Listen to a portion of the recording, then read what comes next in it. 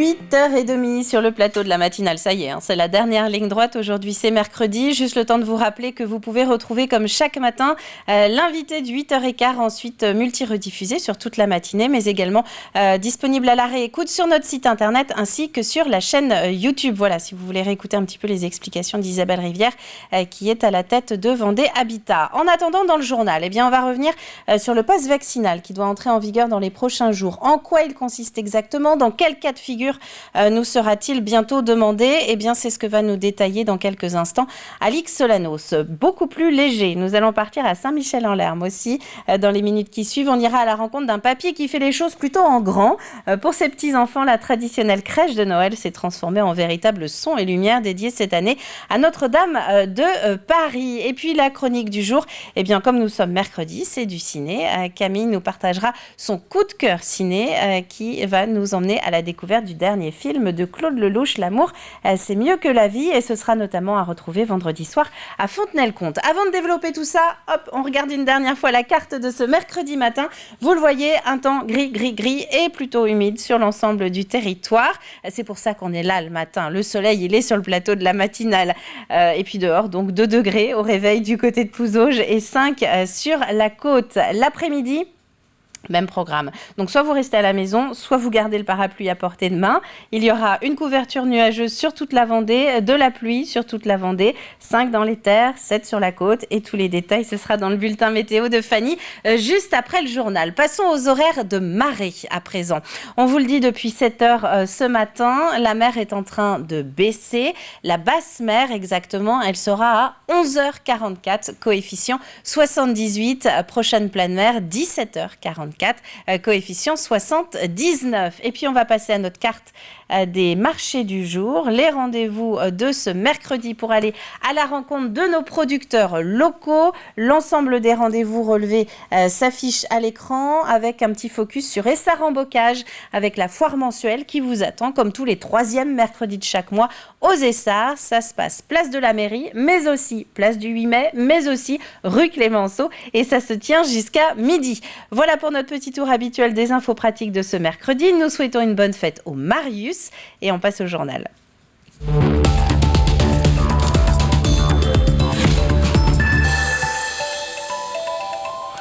Et c'est donc un journal que nous allons commencer avec une sorte de mémo, de fiche pratique. D'ici à la fin de la semaine, nous devrions voir entrer en application le pass vaccinal. Après des débats houleux, il a été adopté dimanche à l'Assemblée nationale avec 215 voix pour, 58 députés s'y sont opposés et 7 se sont abstenus. Le pass vaccinal va donc se substituer au pass sanitaire, mais vous allez l'entendre avec cet extrait du JT d'hier soir.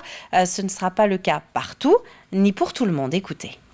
Les tests PCR ou antigéniques ne seront plus valables. Pour accéder aux lieux qui demandaient le pass sanitaire, il faudra désormais montrer le pass vaccinal, soit un schéma de vaccination complet ou un certificat de rétablissement du Covid de moins de 6 mois. Et puis à noter qu'à partir du 15 février, pour faire sa dose de rappel, il faudra la faire 4 mois après la 2e dose et non plus 7 mois après. Qui est donc concerné par ce pass vaccinal? Dans le projet de loi initial, le gouvernement voulait instaurer le pass vaccinal dès l'âge de 12 ans. Les députés ont remonté l'âge à 16 ans, un âge qui n'a pas été choisi au hasard puisqu'il s'agit de l'âge de liberté vaccinale, c'est-à-dire l'âge à partir duquel vous n'avez plus besoin du consentement de vos parents pour vous faire vacciner. Donc à partir de 16 ans, pass vaccinal, de 12 à 16 ans, pass sanitaire, et en dessous de 12 ans, pas de pass demandé. Quels sont les lieux où ce pass vaccinal sera demandé? La plupart des lieux où était demandé le pass sanitaire vont demander le pass vaccinal, c'est-à-dire les bars, les restaurants, les musées, les piscines, les patinoires, les salles de sport, les salles de concert, les foires, les séminaires ou autres salons professionnels. Et puis le ministre du Transport a annoncé que ce serait également le cas dans les transports longue distance, c'est-à-dire dans les TGV, dans les autocars interrégionaux, et puis sur les vols intérieurs. À noter qu'il y aura des exceptions en cas de déplacement dû à des motifs impérieux. Et puis, le pass vaccinal ne s'appliquera pas dans les hôpitaux ni dans les établissements de soins. Ils seront, eux, conditionnés au pass sanitaire. Et pour finir justement, à partir de quand ce pass sanitaire sera-t-il appliqué ? Eh bien, le Conseil constitutionnel pourrait rendre son avis dès ce vendredi 21 janvier. Si les sages donnent leur feu vert, eh bien, l'entrée en vigueur du nouveau dispositif pourrait avoir lieu dans la foulée. À noter que les gérants des lieux et activités soumis au pass vaccinal devront vérifier ce pass et surtout l'identité du détenteur du pass. Si vous prenez par exemple le pass du voisin, eh bien, vous risquez une amende de 1 000 € et en cas de faux pass vaccinal, eh bien là, c'est une amende de 75 000 € que vous risquez.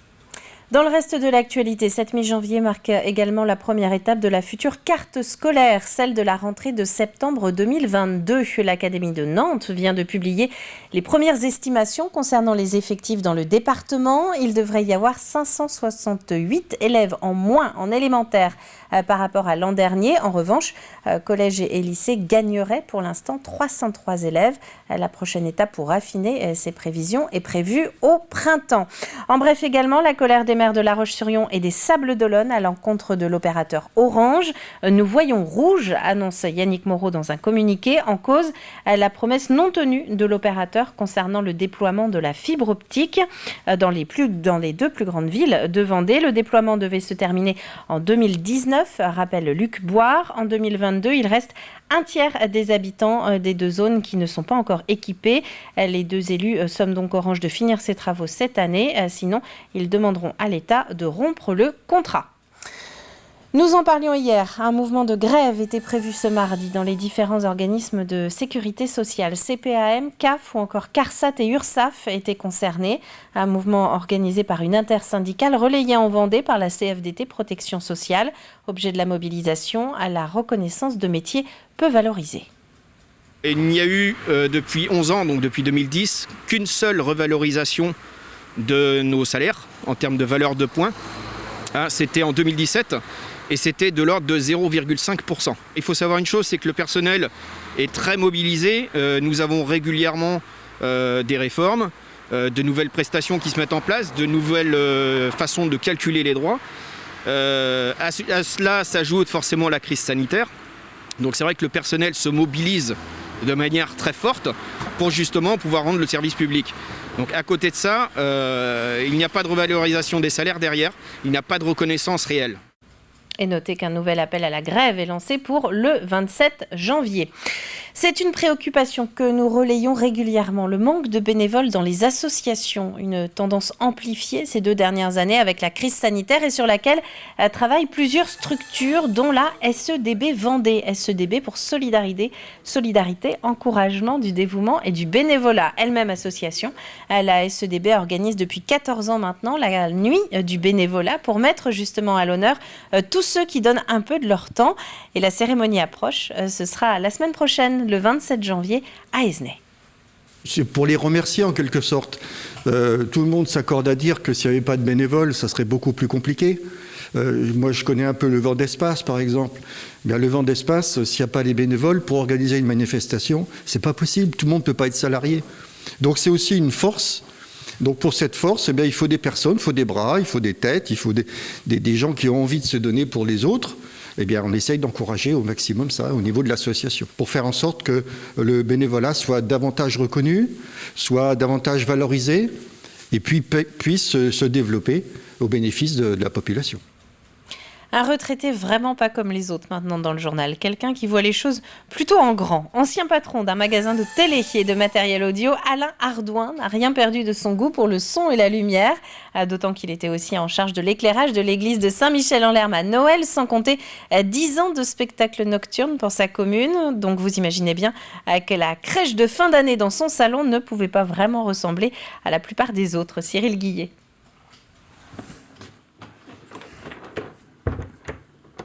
Aujourd'hui à la retraite, Alain Ardouin a toujours sa passion pour le son chevillé au corps. Tous les matins, il s'enferme dans son studio pour écouter ses morceaux préférés. Le reste de son temps, il le consacre à la réalisation d'un son et lumière pour ses petits-enfants. En effet, chaque année, il fabrique une crèche autour de laquelle il propose un spectacle. Et cette année, il rend hommage à la cathédrale Notre-Dame de Paris. Si on regarde de très près dans la flèche, on aperçoit effectivement une petite crèche qui vient d'Argentine en miniature. Et ça a été découpé, je crois que c'est de l'albâtre ou du marbre. 6 mois de travail lui auront été nécessaires pour réaliser cette miniature, et cela sans compter la partie technique. Et alors pour l'électronique, la lumière, le son, j'ai passé à peu près 5 mois.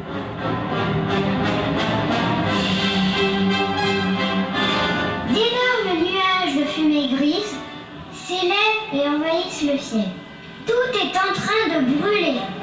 Il ne restera rien de la charpente. Pendant les 15 minutes que dure ce son et lumière, il revient heure par heure sur la tragédie qui s'est abattue le 15 avril 2019 sur la cathédrale Notre-Dame de Paris. J'en ai profité donc pour faire cette maquette que je ne croyais pas réaliser comme ça. C'est au fur et à mesure que je me suis aperçu que j'étais capable de faire quelque chose. Et surtout, ce qui m'intéressait, moi, c'est que je savais quelle lumière j'allais mettre derrière et quel son. 3000 LED et 1 semaine et demie de programmation plus tard, l'hommage d'Alain Hardouin voyait le jour. Dans l'armoire de gauche, que je vais ouvrir ici, on aperçoit toute la commande de la lumière, la puissance, les gradateurs. L'armoire de droite, tout aussi conséquente, est-elle consacrée à la gestion des moteurs. Donc il faut faire la même chose que si c'était en fait grandeur nature. Hein, c'est exactement ça. Hein. Les circuits, 90 circuits, le son, donc le plaisir est le même. Il est même encore plus fort parce que moi je peux, quand j'ai envie de le réécouter, je réécoute. Si on fait un spectacle sur Notre-Dame de Paris, on ne va pas laisser les projecteurs à vitam aeternam. Hein. Un travail titanesque qu'il a pu présenter au public cet été à Luçon à l'occasion de la Nuit des cathédrales. Et nous allons terminer avec ces images du spectacle actuellement présenté au Haras de la Vendée à La Roche-sur-Yon. Le Grand Hiver, c'est une fresque en costume. Les amateurs de la cinécénie au Puy du Fou d'ailleurs y trouveront forcément quelques ressemblances. Une quarantaine de jeunes Vendéens y interprètent une pièce de Corentin Stemler, nouvelle plongée au cœur des guerres de Vendée en plein hiver 1793. Ça raconte une histoire un peu méconnue pendant les guerres de Vendée qui s'est passée la nuit de Noël 1793 dans l'église de Pouzauges, et on a créé toute une histoire autour de ça avec des personnages. Donc on balaye un peu l'histoire de la guerre de Vendée de 89 à 93. Je vais pas tout raconter parce que sinon ça en dit trop pour les spectateurs, mais disons qu'il y a une histoire d'amour d'un côté et de l'autre des deux camps, et que on arrive le soir de Noël et qu'on se demande qu'est-ce qui peut se passer, est-ce qu'on peut mettre de côté les divisions, les désaccords le temps de la nuit de Noël. Le Grand Hiver au Haras de la Vendée, c'est donc jusqu'au 29 janvier. Les réservations se font sur Internet sur legrandiver.fr. Voilà pour les informations de ce milieu de semaine. Il est maintenant temps de retrouver Fanny avec son petit bulletin météo avant de reprendre la suite des chroniques juste après. À tout de suite. Bonjour à toutes et à tous, on espérait vous annoncer du soleil ce mercredi, mais les nuages restent bien présents en Vendée. Il faudra patienter jusqu'à la fin de semaine avant de revoir notre très cher soleil. Mais attention, qui dit ciel bien dégagé en hiver, dit température en baisse et donc gelée le matin. En attendant, la couverture nuageuse résiste ce mercredi matin. L'ensemble du département est concerné.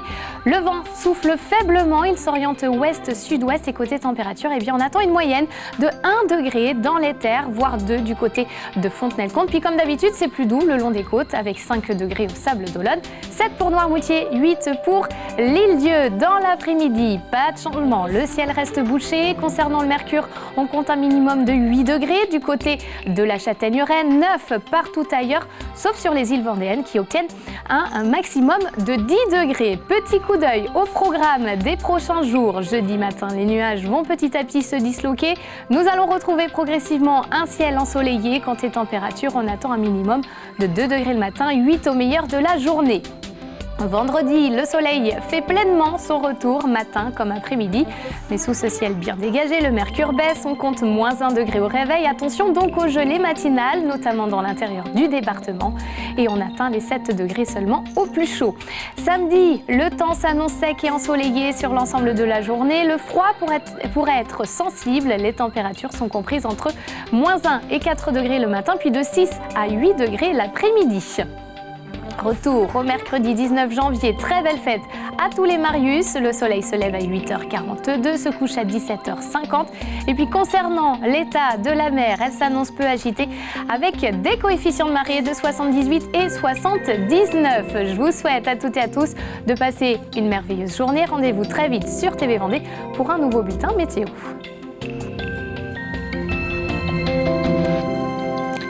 Merci Fanny. C'est une formation à laquelle on ne pense pas toujours et dont la qualité n'est pourtant plus approuvée.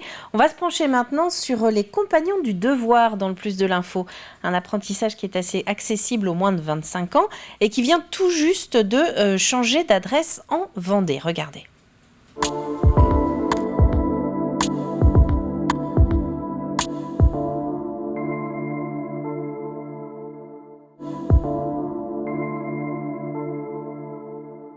Les compagnons, c'est une société de gens de métier qui se retrouvent ensemble pour apprendre à progresser, transmettre le savoir aux plus jeunes.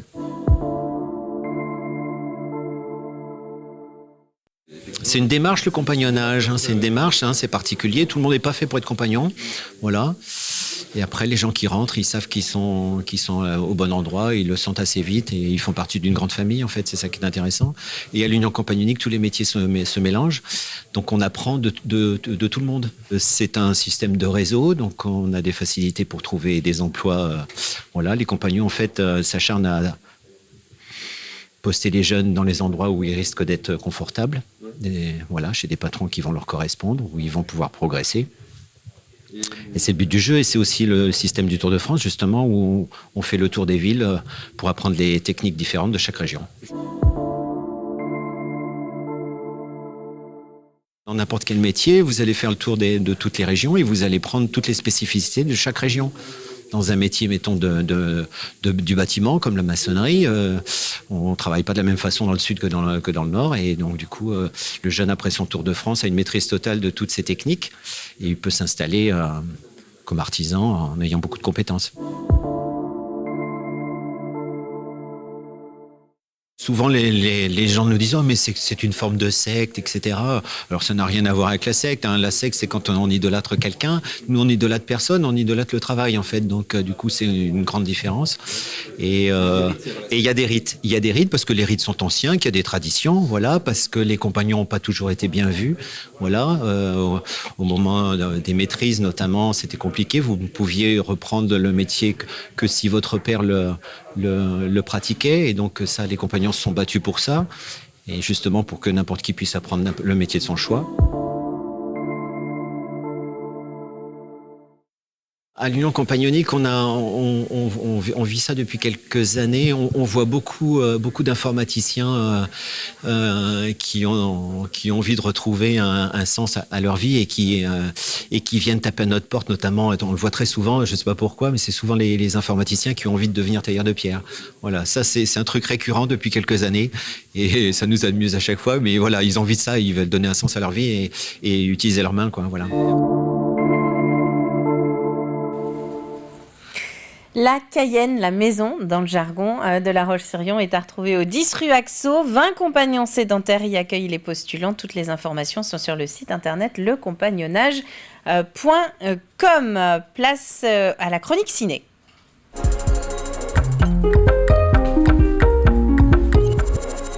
Oui, j'avais oublié que nous étions mercredi. Qui dit mercredi dit forcément cinéma. Et c'est donc l'occasion d'aller à la découverte du coup de cœur de Camille qui rebondit, l'agenda fait que, sur les Vendées en direct que nous avons diffusées lundi et mardi. Si vous avez été attentifs, vous avez vu qu'on les a consacrés à Claude Lelouch, Philippe Lelouch et Gérard Darmon qui venaient justement présenter leur film « L'amour, c'est mieux que la vie ». Et c'est justement donc le sujet de la chronique de Camille cette semaine.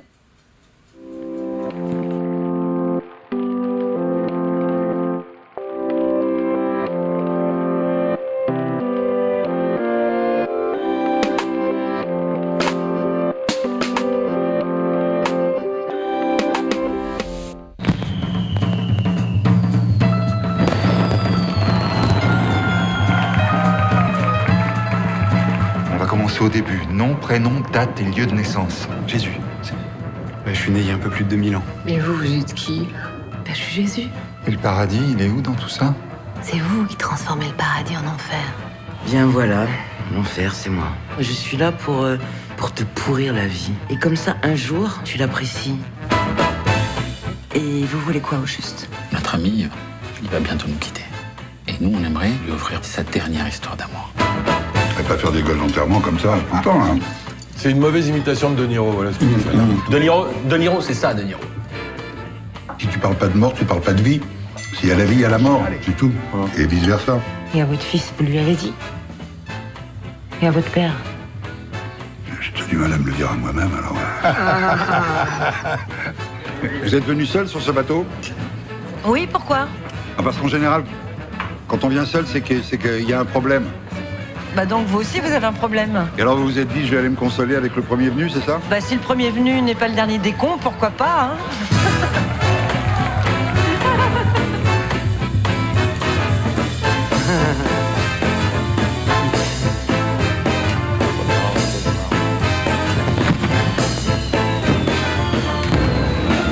Et vous pensez que l'amour c'est mieux que la vie? Maintenant, oui. Vous aussi, vous trouvez que l'amour, c'est mieux que la vie. Et pour vous replonger dans les Vendées en direct autour de Lelouch, autour de Claude Lelouch, eh bien, direction le replay de TV Vendée et notre site, que ce soit sur notre site internet ou sur notre chaîne YouTube. Passons à l'extrait du jour.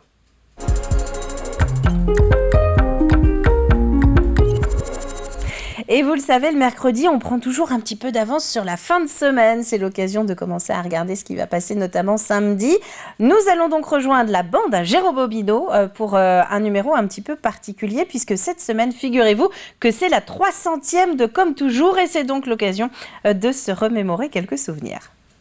300 émissions de bonne rigolade et de bonne humeur, 300 récréations.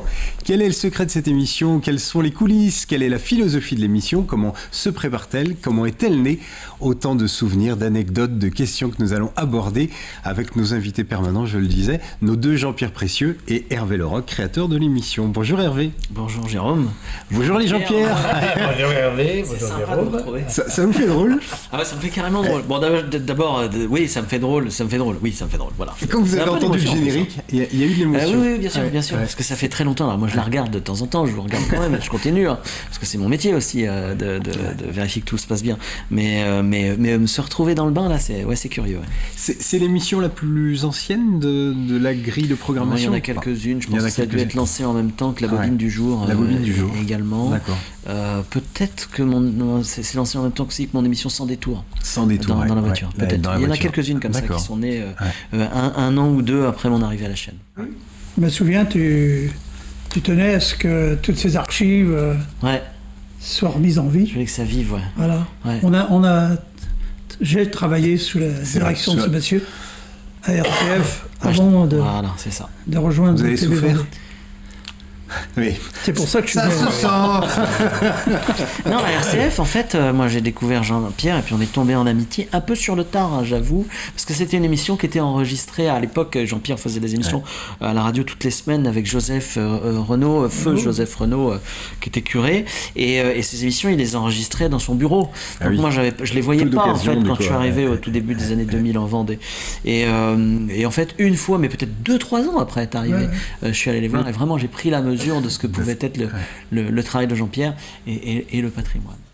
Et la 300e de Comme toujours, c'est à partir de samedi matin sur l'antenne. Quant à nous, eh bien, on vous le disait dès 7h, figurez-vous que nous approchons bientôt du 200e petit-déj, passé tous ensemble depuis mars dernier.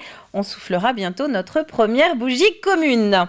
Vous êtes bien sur le plateau de la matinale et c'est l'heure du rappel des titres parmi lesquels nous avons le pass vaccinal qui devrait entrer en vigueur en cette fin de semaine. Un schéma vaccinal complet sera donc désormais obligatoire pour accéder à certains lieux, comme tout ce qui touche les loisirs, par exemple.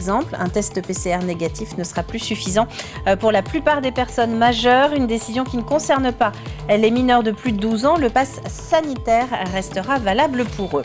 Parmi les autres titres, bientôt la 14e nuit du bénévolat. Un rendez-vous qui est fixé le 27 janvier prochain à Esnay, à l'organisation de l'association, justement, Solidarité, Encouragement du dévouement et du bénévolat pour mettre en lumière tous ceux qui donnent un peu de leur temps pour aider les autres. La découverte d'un super papillon aussi depuis ce matin dans la matinale. Alain habite à Saint-Michel-en-Lerme. C'est un ancien pro de l'image et du son et pour ses petits-enfants, il recrée chaque année un véritable son et lumière à la place de la traditionnelle crèche.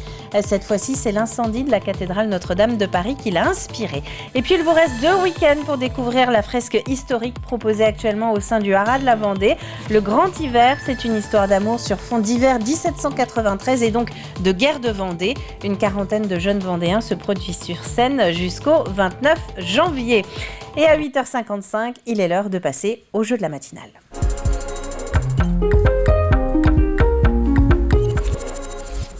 Nous allons vite retrouver la question. Quel est le nom de la porcelaine de la mer ? À vous de nous le dire d'ici vendredi midi. L'indice du jour, les ostréiculteurs de Bouin et de Talmont participent à son développement. Le nom de la porcelaine de la mer. À la clé, 2 gagnants qui iront à la découverte du musée national Clémenceau de Lattre sur la commune de Mouilleron-Saint-Germain.